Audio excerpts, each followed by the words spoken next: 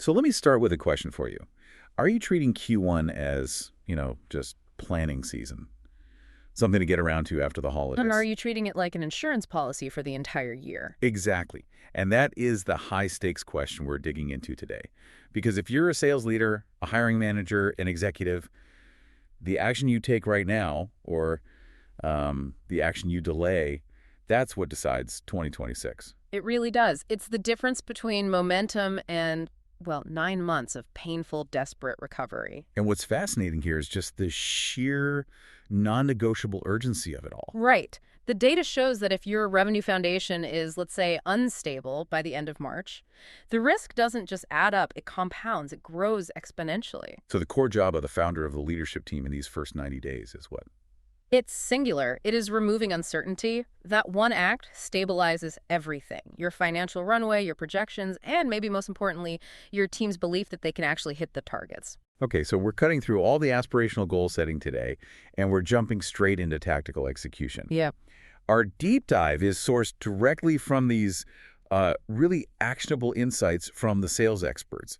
They've synthesized the 10 most critical actions leaders need to take in Q1 to maximize sales success. And this isn't about just setting goals. This is about laying the concrete so you're not building on sand for the rest of the year. I like that. So we should acknowledge this list requires some pretty aggressive action. Oh, absolutely. These steps are designed to move past theory and just establish a pace, a rhythm, that maximizes predictability. If you delay any of this, you are willingly carrying unnecessary risk, period. Okay, let's unpack this.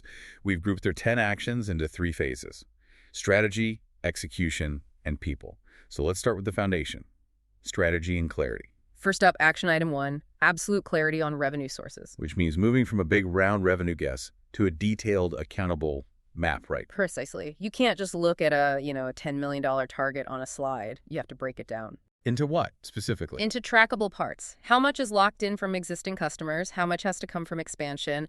And what is the precise dollar amount that must be net new business? And that level of detail is so critical in Q1. The sources really emphasize this. You have to identify which accounts are actually closable in Q1 and Q2. And who owns them? Specifically, who owns each block of that revenue? Right. If you can't look at your number and immediately put a name next to a block of revenue, you don't have a plan. You have a wish list. And that uncertainty just kills execution right out of the gate. So once you have that map, you have to get it out there, which I think brings us to the next point. It does, over-communicating the plan. I mean, a clear map is worthless if the team doesn't know the destination or the route. The experts talk about radical repetition. You repeat the core strategy, the key accounts, the metrics, until your team can say it back to you in their sleep. We all assume one email announcement is communication, but it's not. True leadership here is beating that drum until alignment is just automatic. That alone reduces risk faster than almost anything else. And while you're over-communicating the important stuff, you also have to. Implement the third action, removing distractions. Anytime your team spends not actively moving that 2026 revenue map forward is risk building up. So what does that noise actually look like for an executive? The experts are pretty clear. It's unnecessary internal tools, slow reporting that doesn't actually help anyone make a decision. Oh, the internal debates about strategy that should have been settled last year. Exactly. And just low-value work that isn't explicitly tied to generating pipeline now or revenue in Q2. Yeah. The founder has to be ruthless here. So strategy sets the map, removing distractions clears the road. Now, this is where it gets really interesting for me. We shift to the execution engine. Right. If the map is ready and the noise is gone, how do we pour the fuel on the fire? Let's talk about it. We go straight to pipeline. Action item 4, rebuild the pipeline before February ends. This is such a common mistake, isn't it? Leaders just underestimate how empty the pipeline gets in December. Totally. Sales activity slows to a crawl, and then January 1st hits, and it's a huge trough. If you wait until March or Q2 to react to that, you've already lost the year. So what are the aggressive tactics they recommend? It's all about high-volume outbound, extremely fast follow-up, reigniting those old stalled opportunities, and this is critical. What's that? CEO-led outreach for strategic accounts. That changes the conversation immediately. The pipeline is your insurance policy. It is.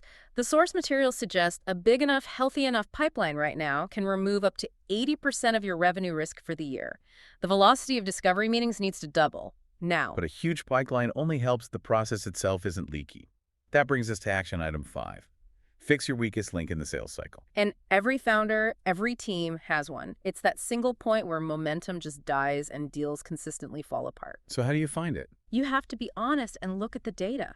Look at your conversion rates. Is it slow discovery? Are you taking 45 days just to qualify a lead? Or weak qualification, leading to a fat forecast full of deals that we're never going to close. Or poor closing discipline, deals that go silent for weeks with no clear next steps. And the insight is that fixing that one broken link stops the whole plan from getting dragged down. Exactly. Instead of just treating the symptom, you fix the root cause. You find that one point and you make fixing it non-negotiable for the entire team.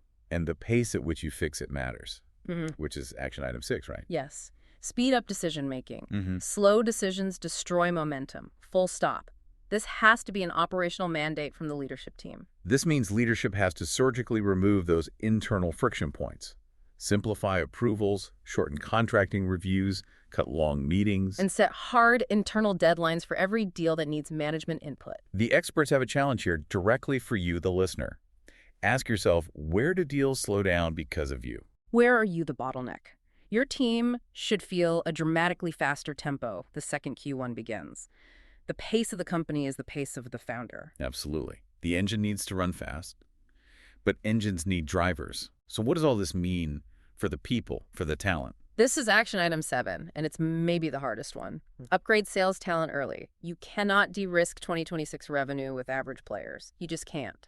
The sources are brutally clear here.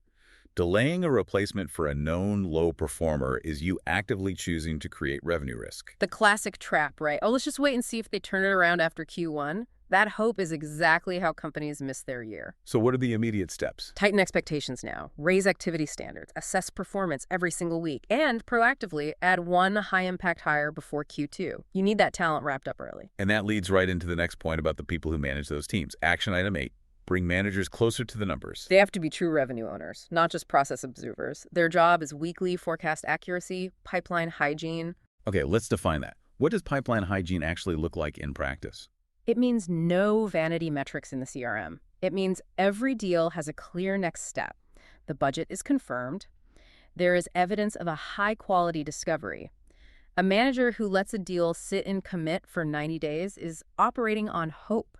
And that false clarity, that hope, it undermines the whole map we talked about at the start. Exactly. And if managers don't run that tight rhythm, the founder ends up doing their job for them, micromanaging the pipeline. Which stops the founder from doing their most important job. Which brings us to number 9.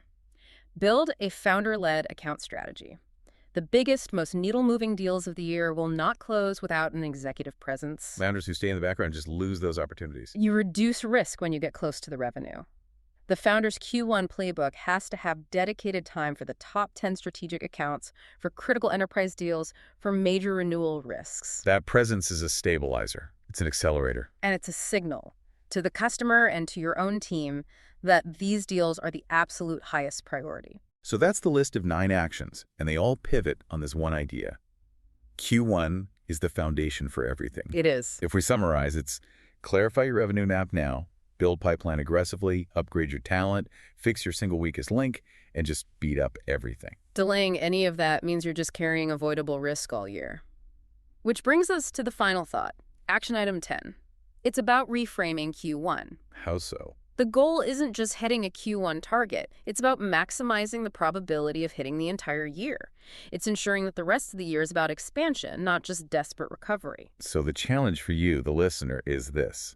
What activity is happening right now on your team's calendar, slow reporting, long approval chains, pointless meetings, that is actively not tied to generating 2026 revenue? Find that distraction, cut it, and redirect that energy into high-volume, high-impact outbound activity. That is the difference between a plan and a successful execution. If you want more in-depth analysis on how to implement these actions and really maximize your sales success, we highly recommend you dive deeper into the insights from the sales experts. You can find all of their research and their tactical guides on how to build that Q1 foundation at thesalesexperts.com. Thanks for tuning into the deep dive. Now go de-risk your year.